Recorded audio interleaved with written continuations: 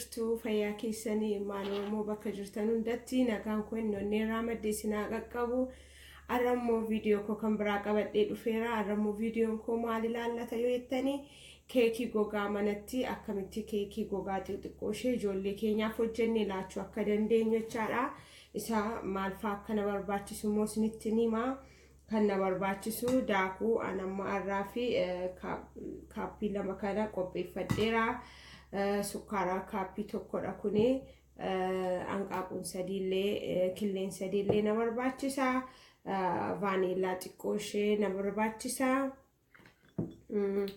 kuni dhadhaa immoo kana tokkodha jechaadha kan na barbaachisu dhadhaa akka kanatti qopheeffadheera kun immoo qodaanitti hojii koo warra amma isinitti agarsiise kana hunduma isaa kana irratti qopheeffadha amma immoo gara hojii isaatiitti deemna waluma faana tura.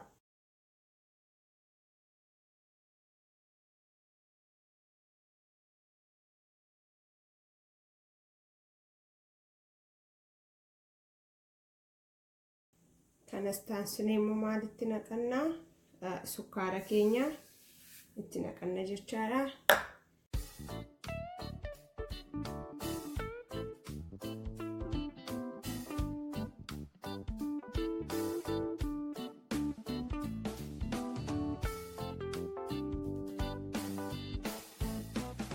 Itti oomacha baaseera kanan taansinee immoo maalitti naqna jechaadha.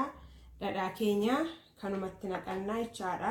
Dhadhaa keessan isa sira wayfattan kanumatti naqattu ammas irra deebitanii kanumaan rukuttu jechuudha.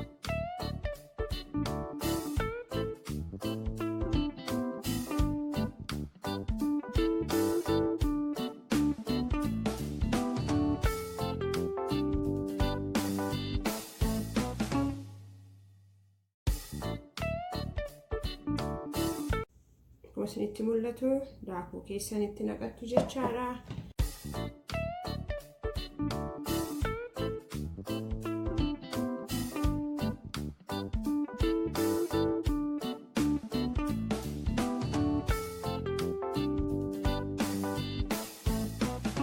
Qodaa keenyatti galagalchina jechaadha.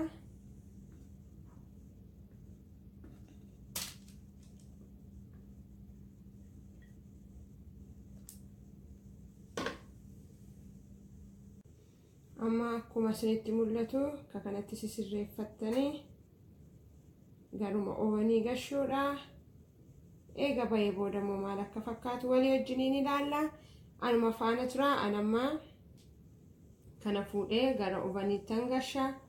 Haaluma isiniif qodaa keessaniif ta'etti sisirreeffadhaa babbareechadhaa. Anku amma kana fakkaateera. Egaa akkuma isin argitanii 350 irra kaawwadheera jechuudha. Humna abiddichaa oovanii koo ho'aa jira. An durseen qabsiifadhe wanta ta'eef ho'eera. Amma garuma oovaniitti gashina. As keessa immoo daqiiqaa 35 hanga 40tti tursee immoo maal akka inni fakkaatu yeroo inni bishaatu immoo baasee isinitti agarsiisa. Anuma faana tura. Kunoo oovanii koo nan banaa.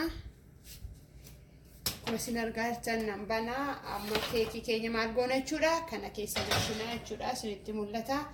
Kana keessa gashinee daqiiqaa 35 amma 40tti teennee baasnaa ija keessaniinis ilaaluu hin irraanfatina. Bishaachuusaa egaa walitti deebina.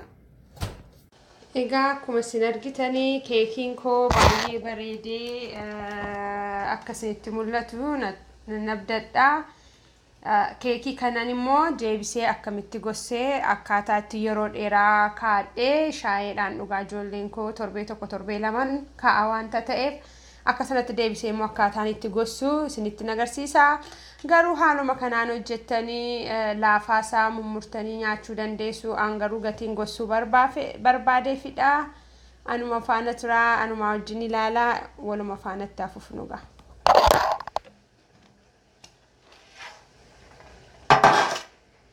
No, haala kana fakkaatuun bareedee ba'eera. Kana fakkaata.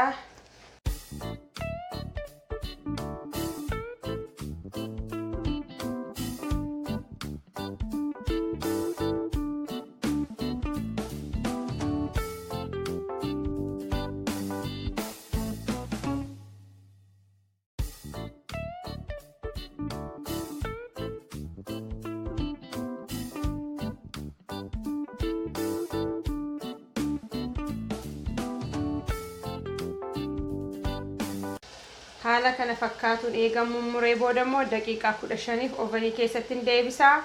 Amma immoo deebisee daqiiqaa 15 immoo isa gadi galagashee immoo indagana ammas daqiiqaa 15 asii ol daqiiqaa 15 walumaa gala daqiiqaa 30 fudhata jechuudha. Deebi'ee gara oveniitti deebisaa jechaadha.